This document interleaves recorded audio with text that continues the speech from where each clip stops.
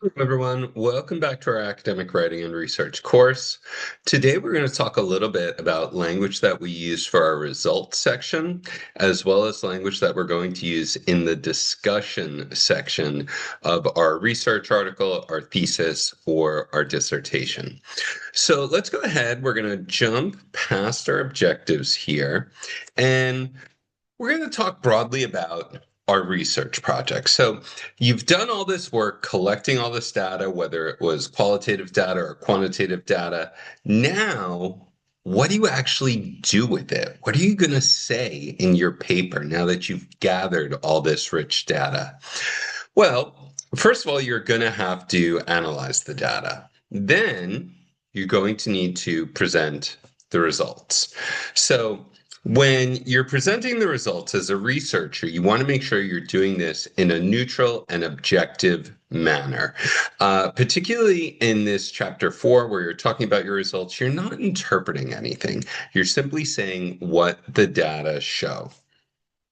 So the difference here, when we talk about telling someone what you found and explaining why it matters, that's where we get to our discussion section. That's where we're going to link those results to prior findings. And that's going to tie in together with our chapter 1. If you go back and you view our previous videos where we talked about chapter 1, this is where we're really going to link to that, to the study significance, to the gap in the research. So I want you to think about your own research and your own endeavors as an academic. Which do you think is harder, reporting the results or interpreting them?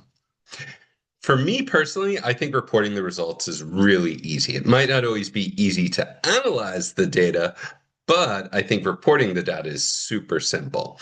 It's when we get to that discussion section that things become a little bit more complicated. So, we really talked about this, and we're going to go over some of the language that we'll see in the results in the discussion section. The thing I really want to impress upon you is that in our results section, we're simply saying what we found, what the data show. We're not analyzing it, we're not interpreting it, we're not talking about what it means in any way. That's for our discussion section. So when we're reporting the results, as I said, we want to report these clearly and objectively. We want to have a neutral tone. We're going to use the past tense. We're going to avoid interpretation. We're saving that for our next chapter. We're going to include numbers, tables, the results of statistical tests. We might include graphs or scatter plots. If we're working with qualitative data, we might have themes or some type of diagram that visually illustrates the themes in our finding. So we've got some language here, some sample phrases that you can use for each part of your results section. So when you're introducing a result, you can say the data show that. Remember, the data show, not the data shows. It was found that. When we're talking about an increase or a decrease, some type of trend, we could say there was a significant increase in or a significant decrease in. X rose sharply. X fell dramatically. A decline was observed in. X decreased steadily from. When we're comparing groups, we might say group A reported higher X than group B. Compared to X, Y was more likely to. If we're showing percentages, approximately 70% of respondents indicated that. Do not start a sentence with 70% of respondents indicated. You don't want to start a sentence with a number. You can say the data indicated that 70% of respondents, or the data showed 70% of respondents. We don't want to start with that number. So let's talk about how we can revise sections of our results chapter to make them more formal. We want to use proper academic language. So we've got 2 examples here. I found some interesting things in the data. Most people liked flipped learning, but some didn't. More formally, we can say survey results indicated that a majority of participants supported the transition to flipped learning, while a minority expressed disagreement.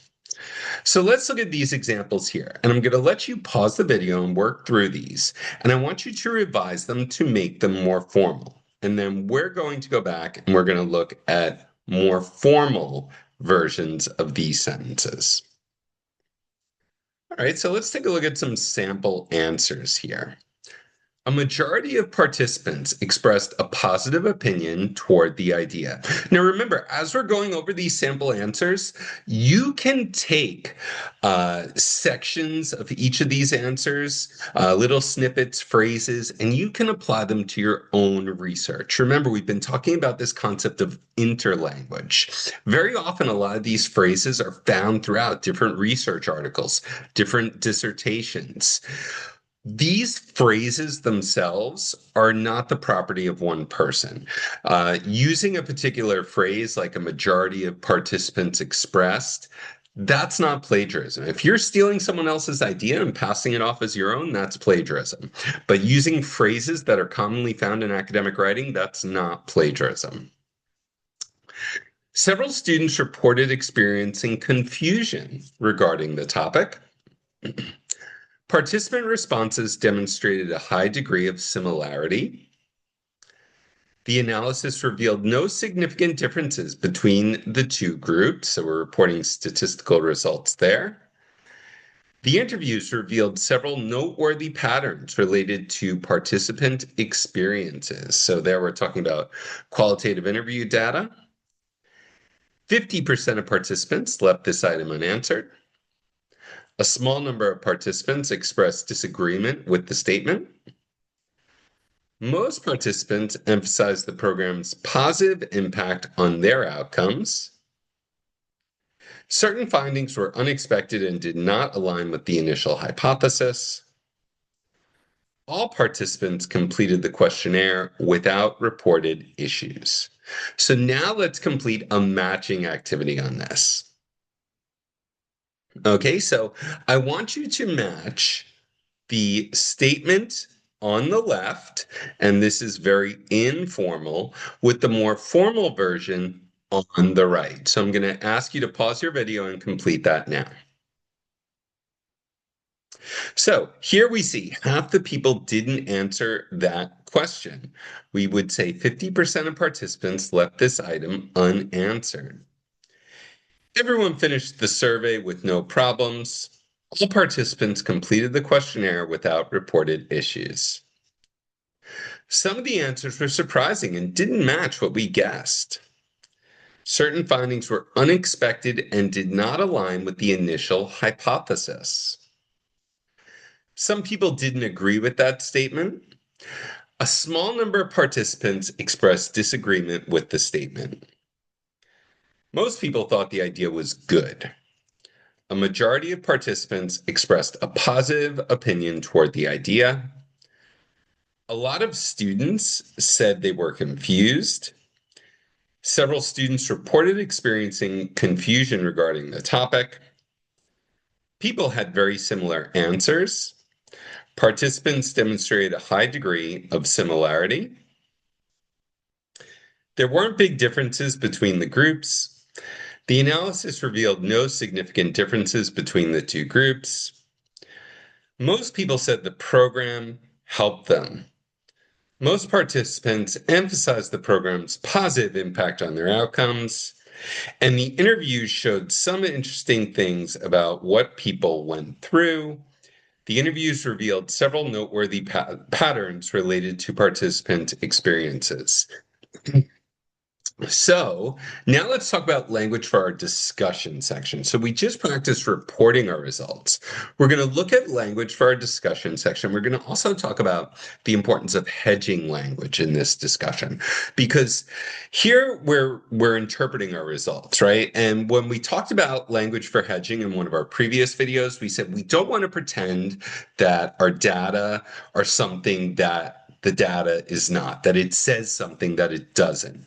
So our discussion section is going to explain the meaning and the implications of the finding. We're going to connect to the literature, to theories, to our research questions. We're going to use hedging language and modal verbs, and we're going to link to implications of the study. So we can say things like this suggests, this may indicate, this is consistent with, or in contrast to previous studies or prior studies. We can say unexpectedly the data showed, or we can try to explain unexpected findings. A possible explanation for this might be, and then use hedging language like may suggest, could be related to, it's possible that. And we're going to look at some hedging language in these other statements in a moment. And we can link to implications like the results highlight the importance of. So look at this, and I want you to identify some language for hedging here. I'm going to go through here. May indicate a possible explanation. And here we've got it's possible that, could be, may suggest. Okay, these are all words and phrases that we can use to indicate that our results are not as firm as, or the data indicates findings that are not as firm as we thought. Okay, so let's take a look at this section. Interpreting results. Female participants scored higher on the teamwork scale. So now this is a fictitious result, so you're allowed a little bit of latitude to be creative. How would you interpret this result? You might say this may suggest that female students perceive teamwork more positively. One possible explanation could be differences in collaborative experiences. So now I've got a sentence here. 60% of students reported feeling unprepared for the final exam. And again, so this is fictitious, but if you were writing this in your own paper, you don't want to start with 60%, right? So how could you create sentences based on this? You might use key phrases like this may suggest. One possible explanation is. You might say it's possible that, or these findings could indicate that. So we might say this may suggest that the course content did not align well with students' expectations on prior knowledge. It's possible that students lack sufficient time or resources to prepare adequately. These findings could indicate a gap between instructional methods and assessment practices. So we've got some language for hedging here. It may, it's possible, it could indicate, right?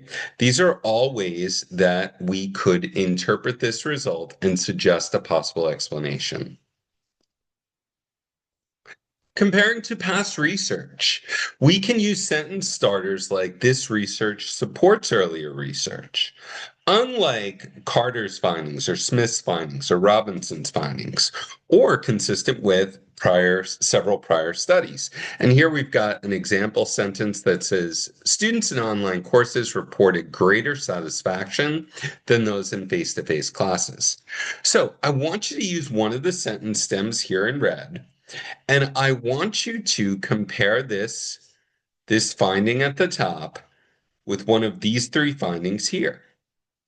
I could say this supports earlier research by Johnson, which showed that online students indicated greater motivation and satisfaction in their classes. Or I could say, unlike Kenny's findings, these results indicated students had greater satisfaction in online courses than face-to-face courses. Here, Snell says students reported better rapport and outcomes in face-to-face classes. I could say this is consistent with the work of Snell, which showed that students reported better rapport and outcomes in face-to-face classes. We want to also address unexpected results. Students who skipped most lectures still performed above average. That's pretty surprising. So I might say things like contrary to expectations. One possible explanation is it is also possible that. This is surprising given that Kim, and this is really where I'm contrasting this with prior research. I'm addressing that it's unexpected. I'm also contrasting it with prior research. So I want you to use one of these sentence stems in red to address this unexpected finding. Students who received no peer feedback on their essays outperformed those who participated in structured peer review sessions. You could say something like, contrary to expectations, students who received no peer feedback on their essays outperformed those who participated in structured peer review sessions. In hedging language, all students scored above 90% on the midterm.